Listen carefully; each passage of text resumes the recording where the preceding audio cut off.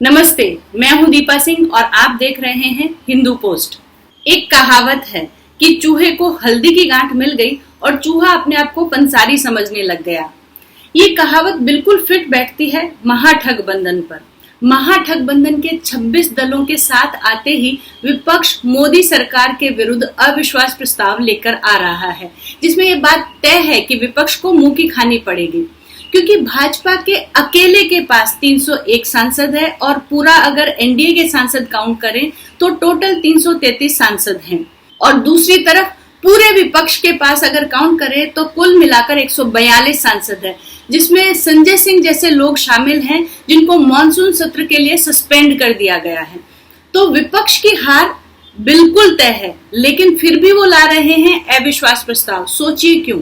इसके पीछे विपक्ष की एक सोची समझी चाल है और इसके कई कारण हो सकते हैं। सबसे पहला कारण जो है वो ये कि मणिपुर के विषय पर विपक्ष मोदी सरकार को खींचना चाहता है और देश विदेश के सामने मोदी सरकार की छवि खराब करना चाहता है, क्योंकि जब संसद में मणिपुर पर बात होगी तो ढेर सारा कंटेंट जनरेट होगा और फिर इस कंटेंट को सोशल मीडिया पर भुनाया जाएगा।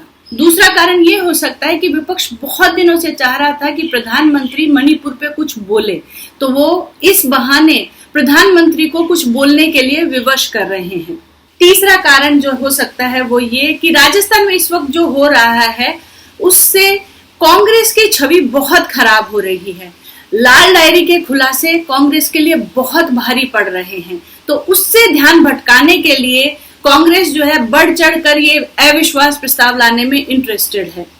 चौथा एक कारण ये भी हो सकता है कि जो महाठगबंधन है, जो इंडी अलायंस की पैकेजिंग के नाम पर सामने आया है, वो अपने आप को स्थापित करना चाह रहा है, क्योंकि ये अविश्वास प्रस्ताव के प्रयास में भले ही असफल हो जाएं, लेकिन इसी बहाने विपक्षी ठगबंधन जो है वो अपनी शक्ति का प्रदर्शन करना चाहता है। और पांचवा एक कारण जो नजर आ रहा है वो ये कि विपक्ष नहीं चाह रहा कि मॉनसून सत्र जो है वो किसी भी तरीके से प्रोडक्टिव हो पाए, क्योंकि अब से लेके 2024 तक विपक्ष का एक सिंगल पॉइंट एजेंडा रहेगा कि वो मोदी सरकार को ढंग से काम ना करने दे, ताकि उनकी विफलताओं को वो अपने चुनाव प्रचार में भुना सके। लेकिन विपक्ष एक बात भूल रहा है कि अगर संसद में मणिपुर डिस्कस किया जाएगा तो पश्चिम बंगाल और राजस्थान के मुद्दे भी सामने आएंगे। इससे पहले 2018 में भी विपक्ष ने मोदी सरकार के विरुद्ध अविश्वास प्रस्ताव लाया था, जो कि बुरी तरह से विफल हुआ था। इसमें मोदी सरकार के पक्ष में 325 और विरोध में 126 वोट पड़े थे। और अपने संबोधन में मोदी जी ने विपक्ष को जमकर धोया था। वो शुभकामनाएं मैं आज फिर देना चाहता हूं कि आप इतनी तैयारी करो कि 2023 में फिर से आपको अविश्वास प्रस्ताव लाने का मौका मिले। और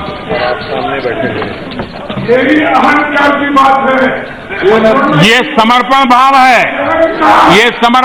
है, अहंकार का परिणाम है 400 से 40 हो गए, अहंकार का परिणाम है 400 से 40 हो गए, और सेवा भाव का परिणाम है कि 2 से यहां आकर के बैठ गए, 2 से निकल करके आके बैठ गए।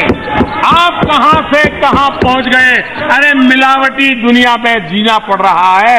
आप कोई लंबी बात करोगे तो शोभा नहीं देगी। अब चूंकि ये मॉनसून सत्र है तो विपक्ष का फिर से धोया जाना तय है, लेकिन लोग बड़ी बेसब्री से प्रतीक्षा कर रहे हैं मोदी जी के जबरदस्त भाषण की।